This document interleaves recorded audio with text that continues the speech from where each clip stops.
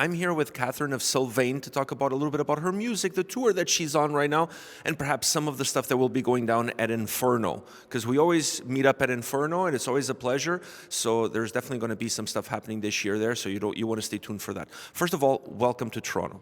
Thank you so much, Pedro. It's nice to be back.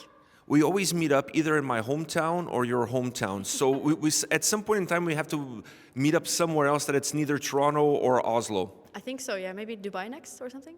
Wow. Or maybe Porto? Dubai sounds good. I'm not Like, Dubai. why Dubai? I have no idea.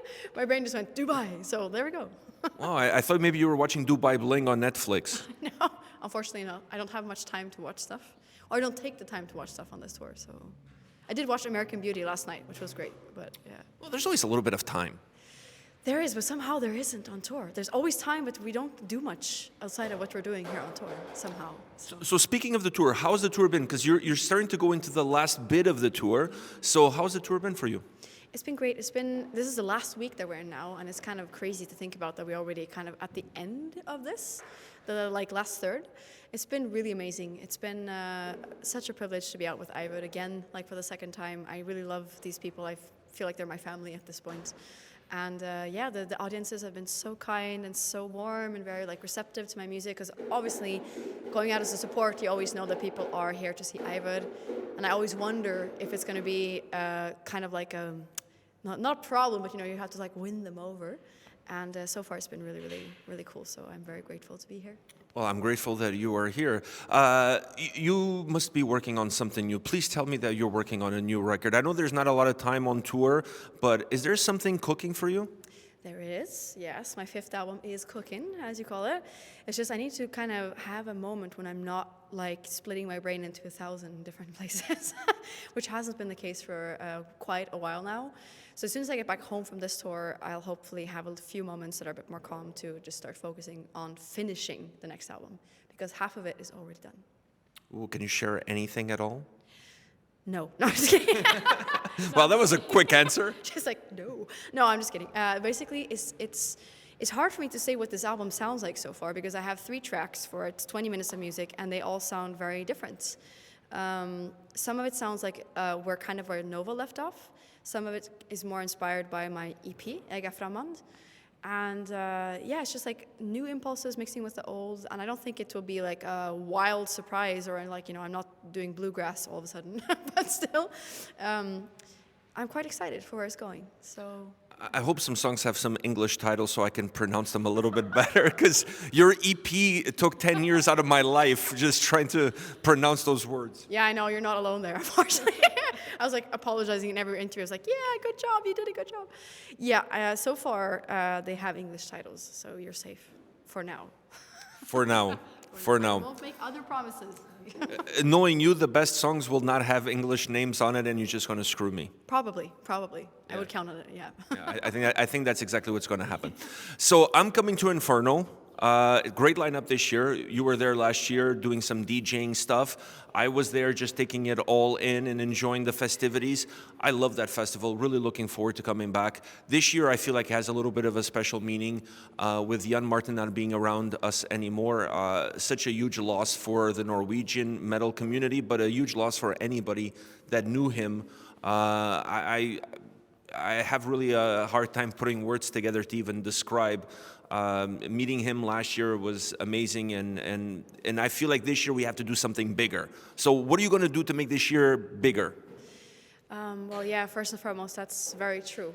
This Inferno will be unlike any other festival we've done before. As you said, Jan Martin sadly left us recently.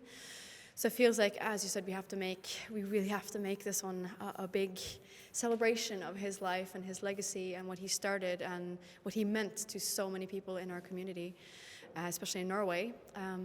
So this year, I'm not sure I'm allowed to talk about any of the things I'm supposed to be doing this year, but I will be definitely a part of the conference bits, and I will also be playing this year, and we'll probably be revealing more about that soon. But I'm very excited, and I can just say that it will be something completely extraordinary that I've never done before, and I will be making new music for this event, and I'm really, really excited, and even more so now.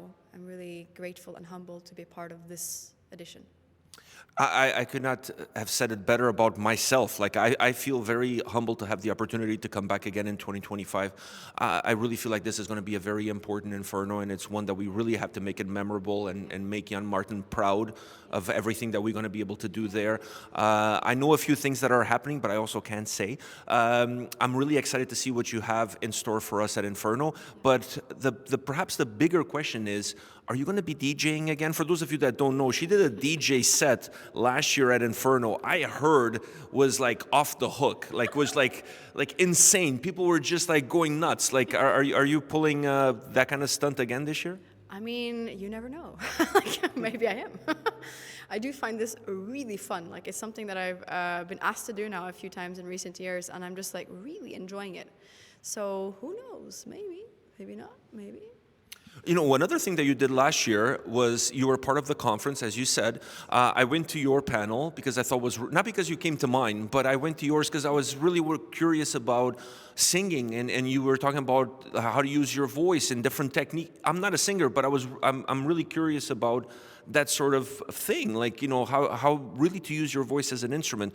I thought your panel was super interesting, very detailed. Like, I was floored with the amount of information that you were able to provide. How was it for you to prepare for it and to present that much information? Well, the hardest thing about was to keep it short, because I'm not known for that. Anyone that knows me knows that I absolutely am not good at that.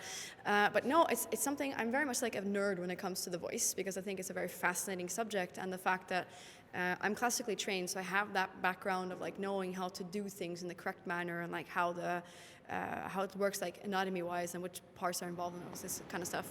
But because the kind of screaming voice, growling technique is a rather new technique, it's only been around for a certain amount of decades, we don't have as much information on it, and we don't have as much, like, you know, actual proper knowledge on it. It's becoming better now. Like, a lot of people are doing research on it, because for a long time it was thought that this was damaging our voice, and which we now know is not true if it's done in a proper way. So it was very, very cool to put this together. I've done a few workshops before, like online, just on my own. So I kind of based it upon that, and then tried to make it a bit interactive with the audience, which is always interesting when you ask people to sound, well, like a dying animal. Some people are okay with that, others not so much.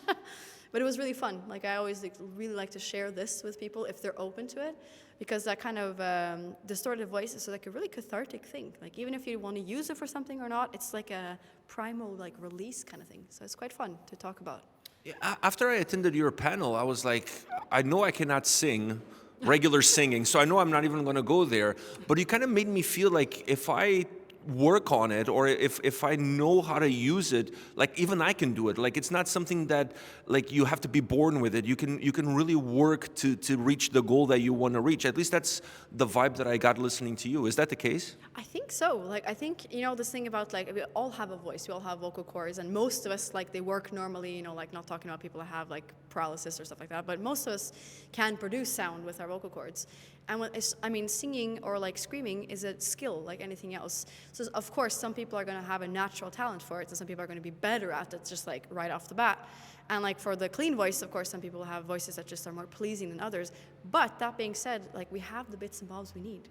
So I think most everyone could scream if they put the work in, because it's a technique or like a craft, like any other craft, like woodworking or painting or whatever.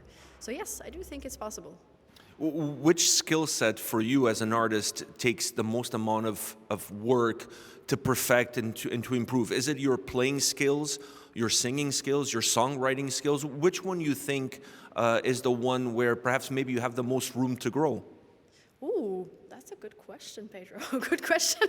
She's saying that like I never ask good questions, by the way. That's what she means by that. That's what I totally mean. I'm like, gee, finally, a good question. No, I'm just kidding. No, I don't think I've ever been asked that before. That's a really good way to put it. I mean, music is very much like an abstract kind of art form. So I think it's forever changing, forever growing. So I think there is no kind of end point in which we are like, oh yeah, I've learned everything I need to learn now, and that's it. So I think both the singing, the guitar playing, the songwriting, all the different crafts that I have basically are always under development and always need to be worked on and always need attention to basically keep up with the level that I want to keep them on, basically. So I was saying that in another interview here, like a few weeks ago, I think, that I wish that I had, when it comes to songwriting as a skill, I wish I had more discipline when it comes to trying to push through and write when I'm not inspired. So that would be something that I would like to grow into more, like kind of working it more like as thinking out of it as like a workout, like what you do with your muscles. Some days you don't feel like going to the gym, but you still go because you know that maybe, you know, the next day it'll be beneficial, or like, you know, down the line it'll be beneficial. And same with the songwriting, like even if you don't have inspiration, keeping it kind of up will mean that that muscle memory, it might be easier to tap into inspiration. So maybe that, but I would say that like all of them need constant work and attention because it's a living organism. Like in my case, you know, like playing guitar, voice, it's my body, so it will always be changing, and I always need attention. So yeah, I guess all of them. I have one last question for you, because you know, we always have this. I think as humans, we always have this drive to not please someone, but we're inspired by things, by people, by situations, but we also want to do things that make somebody else proud of what we've achieved. Like we were just talking about making Jan Martin proud of having a good Inferno. When it comes to your music and to what you've achieved so far in your career, who are you working towards making proud of? Yourself, your parents, your family, someone else? I think the hardest person to basically make proud is myself, because I've been so hard on myself my whole life, basically. And that's nothing special for me. Like most people are way harder on themselves than they are on others. But I have had such a low self-esteem in music that it's taken me years and years and years to feel like my voice has the right to be heard. And not just my voice, my singing voice, but, you know, as a musician, as a songwriter. So I think that's probably been the hardest, is to actually like feel proud about what I'm doing myself. And I mean, of course, I want to make my parents proud. I want the people that I care about to be proud of what I do.